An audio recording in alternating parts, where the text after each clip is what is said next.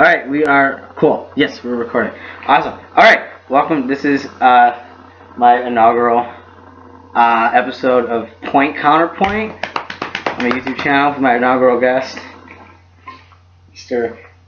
Brett Mercer, who's recently acclaimed by the Metro Times as Really? as Michigan Avenue's most prolific prostitute in decades. Brett Mercer. I didn't get that issue.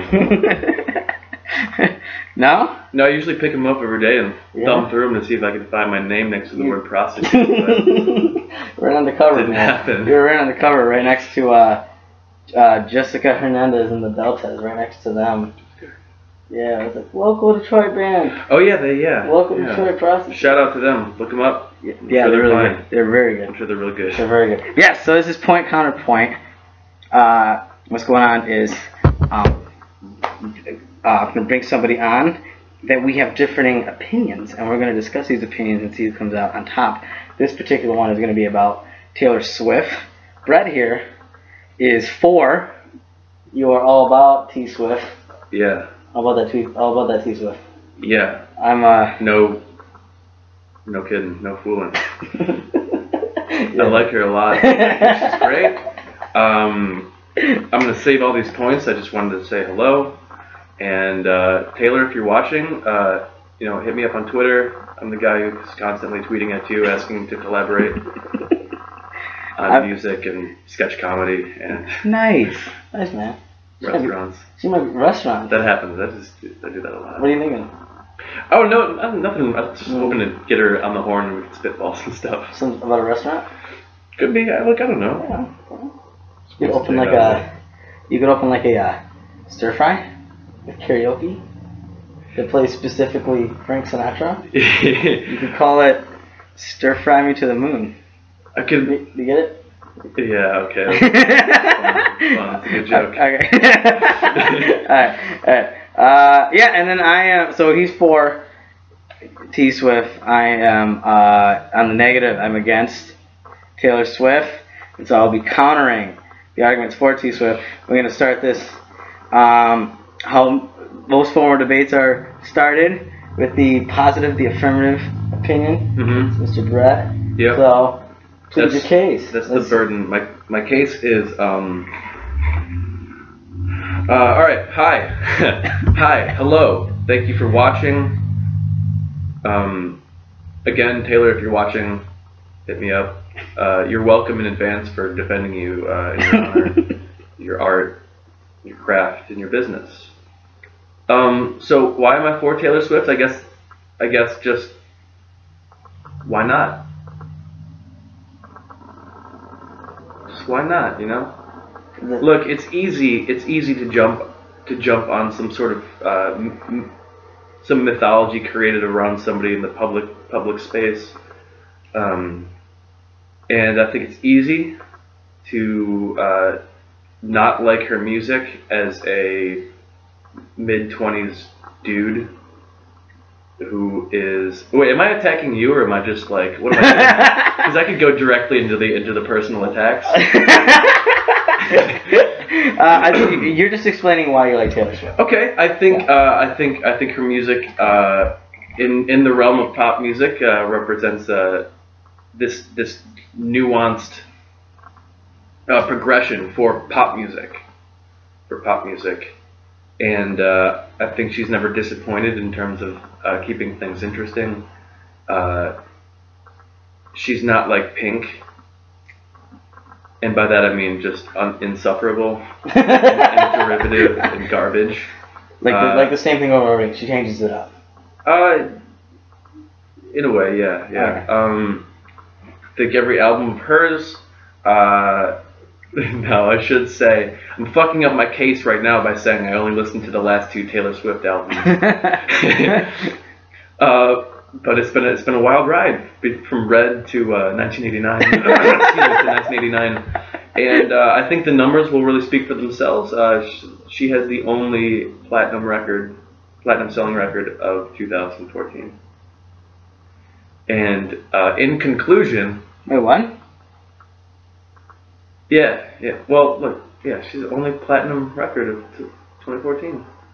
Like, are you talking about album or single? Album. Okay. What did it say? Like, Brave, Cerebrillans just went double platinum. So. Wait, well, hold on. Are we doing this counterpoint yet, or can I just? No, you're still going. All right. To finish up, you can't deny the way that I feel, and I feel happy. I feel happy when I turn on the radio and I get to hear Blank Space. Oh yeah. Fair on, man. Fair on. All right. I got some counterpoints. Wrote them down on my phone because it's 2015. So, save paper, I guess. So my first counterpoint to Taylor Swift is that there's a lot of slut shaming in her music. A lot of slut shaming in her music. She does a lot of this. There'll be a lot of songs that like get at a girl that is interested in. The white balance is all off. Yeah, it's way off. See my note. No, false. That was backwards. I'm sorry. You can figure that out. Let me finish my point before you rebuttal. I'm sorry. There's a lot of songs that are about like her getting on a girl for I'm sorry.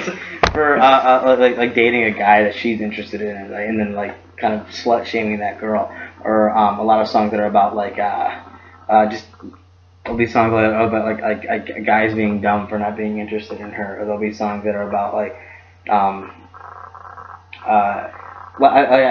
think the lyric that really comes to mind a lot is, I think it was from an early one, maybe from the first album, that that I wear t-shirts, she wears short skirts, that whole thing, where she's cheer captain and I'm on the bleachers. Yeah, where she's basically trying to say, okay, you're dating this girl that's the cheerleader, but clearly I'm better and she's slutty because she's a cheerleader. Well, no, you're just not a cheerleader, and you also just don't wear skirts.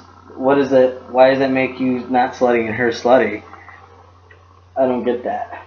You're just singing the song. I am, yeah. So that's my first counterpoint. There's a lot of slut shaming in her music, which I think is a rather passive and negative thing. Okay. Well, in this instance, that song was a narrative about you could tell that there was a lot of Taylor Swift in the protagonist, but not necessarily like this is what I feel. It was kind of like it was kind of presented in a way that it's in like this high school setting. It's obvious that this person, and maybe the lyrics don't reflect this, but in the video, I encourage you to pause this video right now and go watch the video. Music, what's the song? It's called You Belong With Me, You Belong To Me. Okay. You belong near me. You belong... You'll be able to find it with those keywords. But as the narrative goes, she's got this real good friend. He's the dude. He's the football quarterback for the school. I'm sure it's a high school. And they live next door to each other. The guy's in his room, and he's like kind of talking on the phone with her, and they're like giving eyes back and forth, and they're just good friends. But he's got this girlfriend, and it's like the cheer captain, and she's cheer captain, and then the Taylor character is on the bleachers, as you pointed out. Right. But she was really doing something very big for young women who feel, or men, I guess, that in high school, younger people who feel like the need to fit into like the roles that have been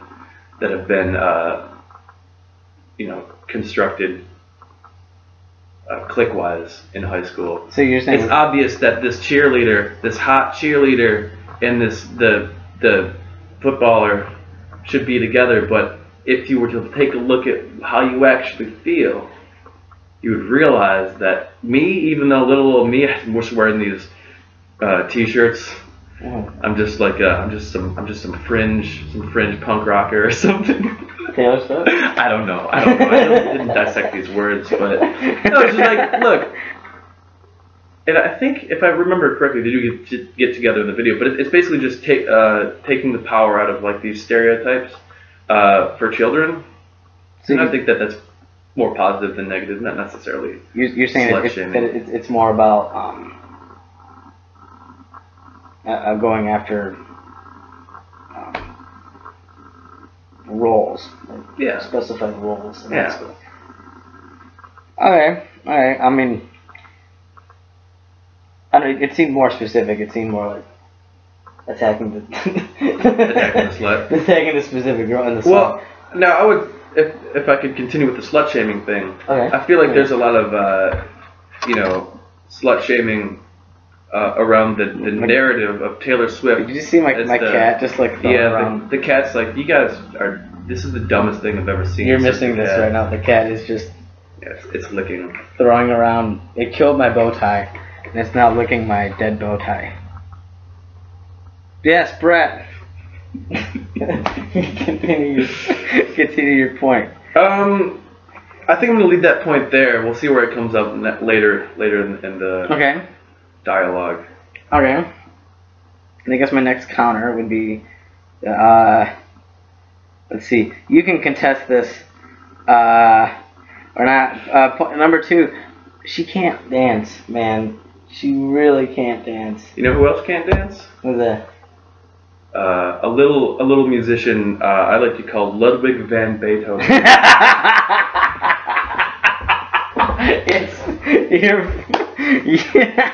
You're not wrong. You're not wrong. You know what? She can't dance, but you know what she does? What's that? She does dance. Horribly, but you know she's having a good time, and to call her out, it's like making fun of someone's laugh when she's having the best time at like the Grammys or whatever, next to Selena Gomez. I saw some gifs. I don't know. And that was the thing, right? Yeah, somebody, and she was just like going like this or something. Yeah, she's like the definition of a white girl dancing. It's just not oof. Yeah. I mean, I like it because I think it's charming, and can't dance. You dance, bro. You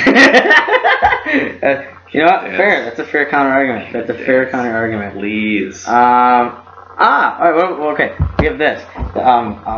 She in the beginning of her career always like had this sort of like she was selling herself as a country singer initially.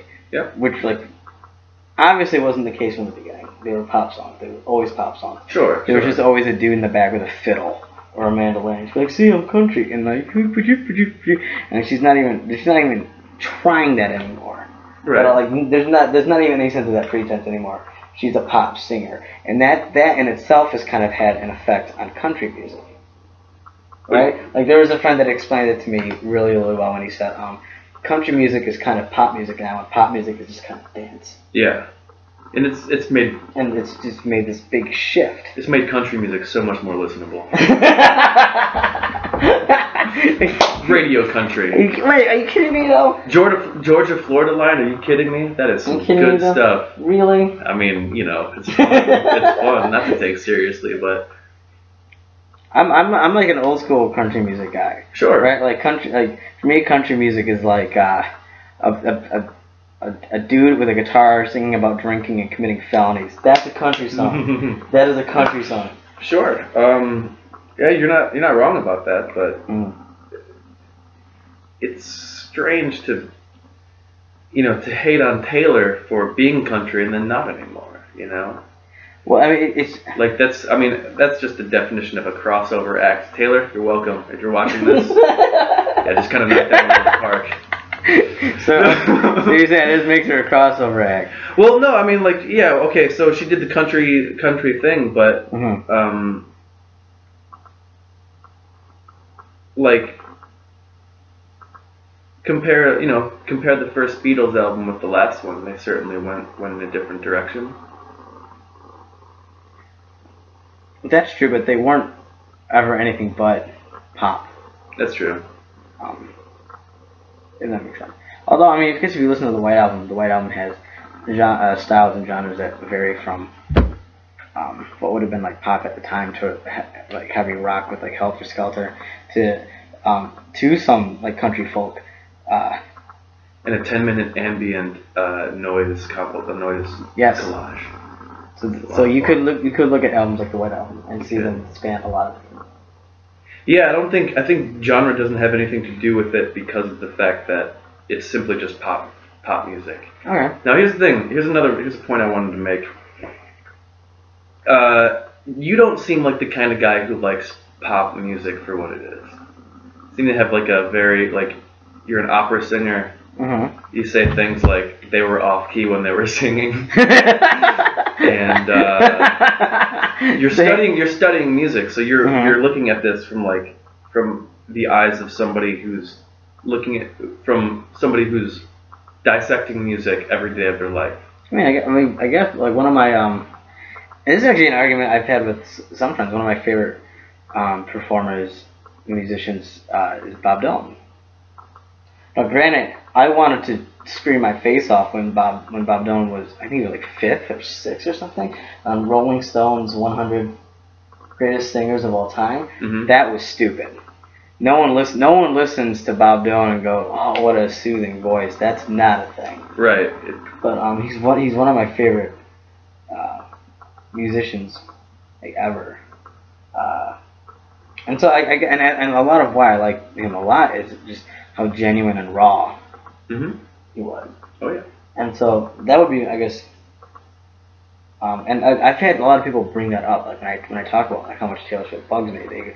They'll say that they'll try and draw comparisons to like what Bob Dylan did in the '60s. Wow, I never would have connected those. Right, you're on the pro. No, I'm on your side. Like Bob Dylan is not Taylor Swift. Yeah, I just kind of look at him. I was like, she's way more commercial. She's so much more commercial. Well, plus she was just always commercial from the beginning to end. And that's something else that I think is that like she just has in my opinion, very little perspective to offer. Honestly. Really? She's been a commercial pop star since her late teens. Right. Like, what life has she led other than a life of fame and comfort? Like, stripping away all of her humanity because she's successful? I wasn't doing that. Man, she still has experiences. She I didn't still do loves. that. She loses. She still has fun. She still goes roller skating. She still hopscotches. Whatever. I don't know. Her heartfelt breakup songs are about like some celebrity boyfriend dumping her. Yeah, that's still people. I guess, but like that's like her big perspective.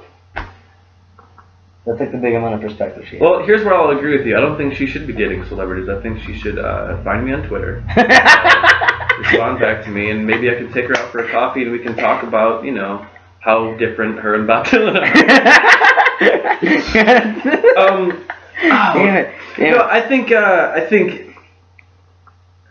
she obviously she's very commercial and she exists in that space, but there are far worse artists in that space that are simply there to fill out the Mad Lib of the pop formula. I'll take that. I'll accept that. That's very true. Yeah, and I think that the reason that she has so much people are throwing so much salt her way.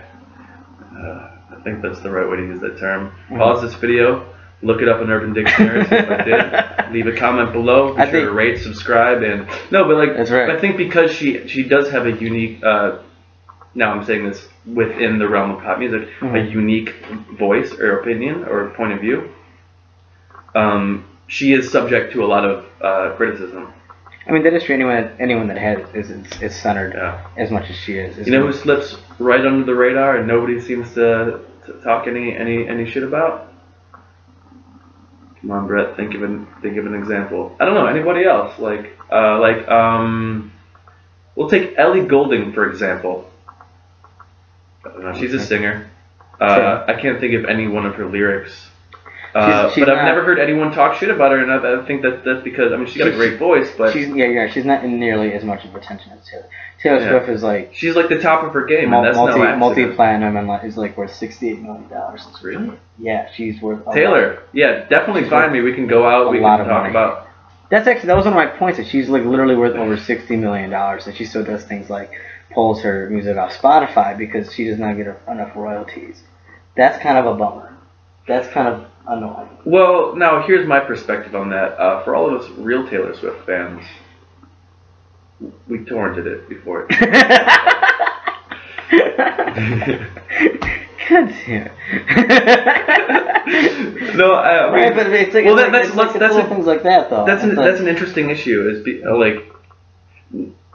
And I think this goes back to her being in that popular music sphere, which it's definitely not all about the music. It's about image. It's about perception and branding, and it's about, more so than anything else, the business. I don't know what it's called. I'm sure it's called like Taylor Swift LLC. Like it's definitely like a business. Right. No, right. And like it's proven to be pretty successful.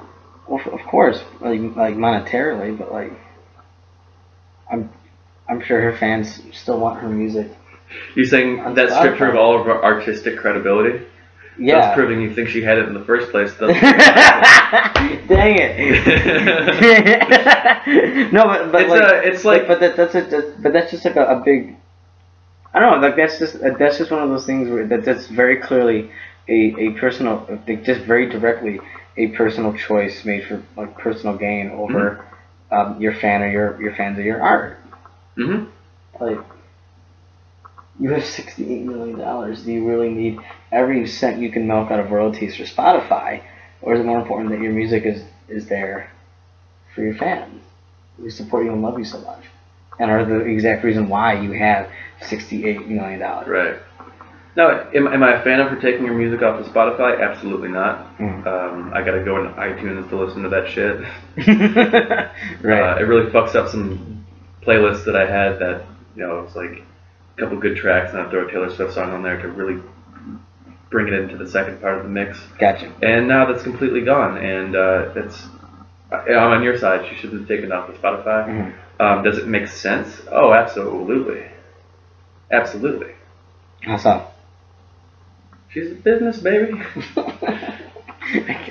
I guess. I mean, like, but also, Paul McCartney. McCartney. No human being has made more money making music than Paul McCartney. Mm-hmm. I don't know if that's true. In the history, no, it is true. In the what history, about Garth Brooks? Wasn't Garth Brooks up there? Then Paul McCartney? I think so. I would look that up. I think I heard that. He's up there. I'm pretty 100% positive. No human being has made more money. Well, like the Beatles are on Spotify. Making strictly music, just making music. I'm not talking. Okay, like royalties and album sales. And yeah, I'm not talking just like making music and selling music. No human being has made more money than Paul McCartney, and that dude still has his music on Spotify. But the Beatles don't. I thought the Beatles were on Spotify. I thought the Beatles were on Spotify. They're on iTunes. They're on iTunes now. Yeah. They're on Spotify? I don't use Spotify. So I don't even care about Spotify at all. Well, when it comes to that, that was just a point I had against T-Swift. Well, the Spotify thing is like, there are artists that are not as big, just independent artists who choose not to put their music on Spotify because of the shitty royalties that they get from it. Mm-hmm. There are gigantic bands that don't have their music on Spotify because of licensing or whatever. As a choice, though, I don't know. I don't know if I would exactly argue this, but what do you think? Do you think that gives her less artistic credibility or more? I think because why people to pay for her music and experience it maybe as a whole. I think because clearly the reason why she took her music off Spotify was the fact that it was there in the first place, right? And then she took it away. Yeah, means that it was very clearly a choice about money and nothing else. Or status. I mean, I think that's the reason why it became. She's been platinum forever, like a multi-platinum Grammy winning. Right, but that didn't just happen in 1989. Well, in 2014, I don't know if I want to look that up. Pause this video, look it up, rate, subscribe. She that album. It was one of the, if not the only, it's one of the only platinum selling albums of the year. I do know that I follow Sarah Bareilles very closely, and I do know her single, Brave. Man, she's a snooze. Went double platinum. Sarah Bareilles is it's like the musical equivalent of warm milk that has a terrible voice. I'm just taking shots now. I'm sorry. Yeah, you clearly are, because Sarah Bareilles' range is like this, and she's got. I'm not a fan of Sarah Bareilles. What? I think because here's the thing. Here's another point I want to bring up. She rides this weird line between legitimacy and like popular pop music. You know what I mean? Like bubblegum and legitimacy. And I want to see Sarah Bareilles. Yeah, I really want to see, because she's got. I know she plays the piano, and I'm sure she writes a lot of her own stuff. She literally writes 100% of her music. Okay. She has one song in her entire discography that she co-wrote. Right. Maybe she should get some co-writers, because not working out so far. I'm just all right. That's purely taste. That has no point in it. That's no room in a debate. But no, she is a songwriter who, if you're correct, writes all of her own music. Mm-hmm. I'm sure it's like a lot of it is a lot of it's very great, but she does kind of exist in that like popular like radio station realm. I hear like that "Who Died and Made You King of Anything" song on the radio. Have you ever heard the rest of that album? No. That's off of Kaleidoscope Heart. Kaleidoscope Heart. Her second album. It's a good album. Check that album out. Is that the one with "I'm Not Gonna Write You a Love Song"? No, that love song was off of her first album, Little Voice. What's the one where it's like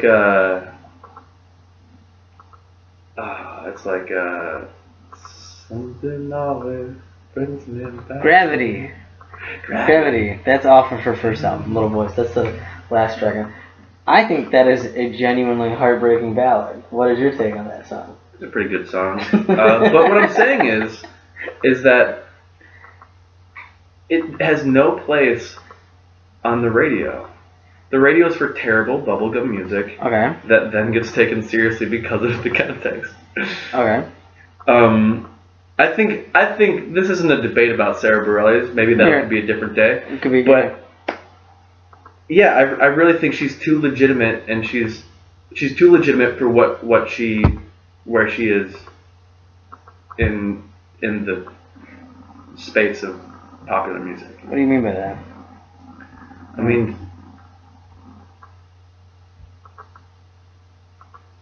she's a 96.3 WDVD artist, and it's kind of the reason that this is going off the rails a little bit. But this is kind of like my own personal opinion about pop music. Like, if you want to exist in that space, like, you can easily do that without resorting to. Never mind. Fuck it. Bailing on that topic, because that's purely just my feeling, not that based on anything. I don't know. Wait, because it was kind of something like you were saying that she's too good to be played, too good to be played next to the Black Eyed Peas. You know what I mean? Sarah Bareilles. Yeah, and I think that like not delegitimizes her, but it bums me out, because it's like, what are you trying to do? Where am I supposed to go with this? Am I supposed to take you seriously, or am I supposed to not? Is this supposed to be like music that's like that really pulls at my heartstrings, or is this supposed to be like the thing in the back of a JCPenney commercial? I get what you're saying. I'm not saying that like one or the other is more legitimate, but like you're saying she's not really committing to one or the other, and she's just kind of existing between both. Yeah. I mean, I would more say that it exists, not that she's doing that. Like, I'm sure she's just a hardworking girl. Sarah? She doesn't. We can have lunch. We can talk about this if you're watching. She doesn't have one. Hey, you can talk about. I tweet Sarah Bareilles all the time. Sarah Bareilles, if you're watching, like, subscribe. Oh boy. She doesn't have one Grammy. Can you believe that? It's almost as if the Grammys aren't a representation of what good music is. That's actually a really excellent point. Okay, I got one last counterpoint for Taylor Swift. See if you can argue this. I have it on good word, sir, that Taylor Swift, or T-Swift, because if you're cool and hip with the scene. I just call her Taylor. We have enough first name. But I have it on good authority that she is actually secretly a lizard person. So, and just kind of duping all of us. I would actually kind of agree with that.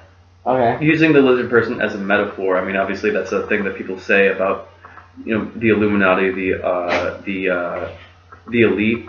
And having duped all of us, yeah, she kind of has.